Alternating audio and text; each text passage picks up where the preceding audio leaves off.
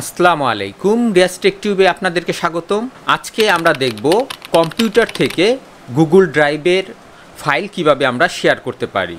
তো প্রথমে আমরা ব্রাউজারে চলে যাব। তারপর এখানে আমরা যে ডট দেখতে পাচ্ছি গুগল অ্যাপস, এখানে আমরা ক্লিক করব।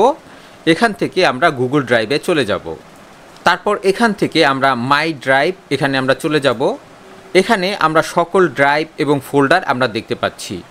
এখান থেকে যেই ফোল্ডার অথবা যেই ফাইলটিকে আমরা শেয়ার করতে চাই সেই ফোল্ডার অথবা সেই ড্রাইভের উপর আমরা এখানে যে থ্রি ডট দেখতে পাচ্ছি আমরা এই থ্রি ডটে ক্লিক করব।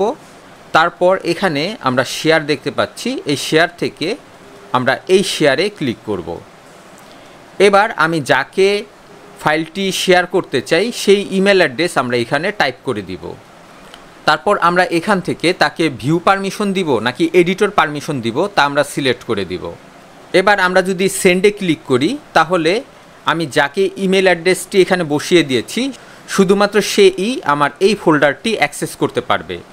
এবার আমরা দেখব আমরা এই ফোল্ডারটি যদি আমরা একাধিক মানুষের কাছে শেয়ার করতে চাই তাহলে কিভাবে করব। তো এখানে আবার আমরা এই থ্রি ডটে ক্লিক করব। এখান থেকে আমরা শেয়ার থেকে শেয়ারে চলে যাব। এখানে আমরা যে রেস্ট্রিক্টেড দেখতে পাচ্ছি এখানে আমরা ক্লিক করব। এখান থেকে any one with this link এখানে আমরা সিলেক্ট করে দিব। তারপর any one with this link, এই লিঙ্কটি কি পারমিশন দিব তা আমি এখান থেকে সেট করে দিব।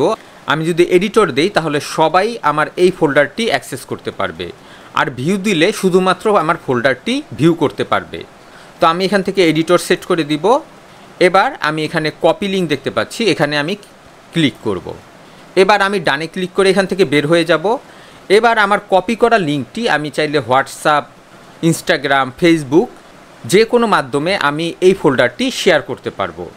তো আমি যদি আপনাদেরকে ইনকগনিটর মোডে যদি আমি এই ব্রাউজারটি ওপেন করে আমি যদি এখানে লিঙ্কটি পেস্ট করি, এখান থেকে ফোল্ডারটি আমরা ব্যবহার করতে পারছি এবং ফোল্ডারের ভিতর যে ফাইলটি আছে সেই ফাইলটিও আমরা দেখতে পাচ্ছি।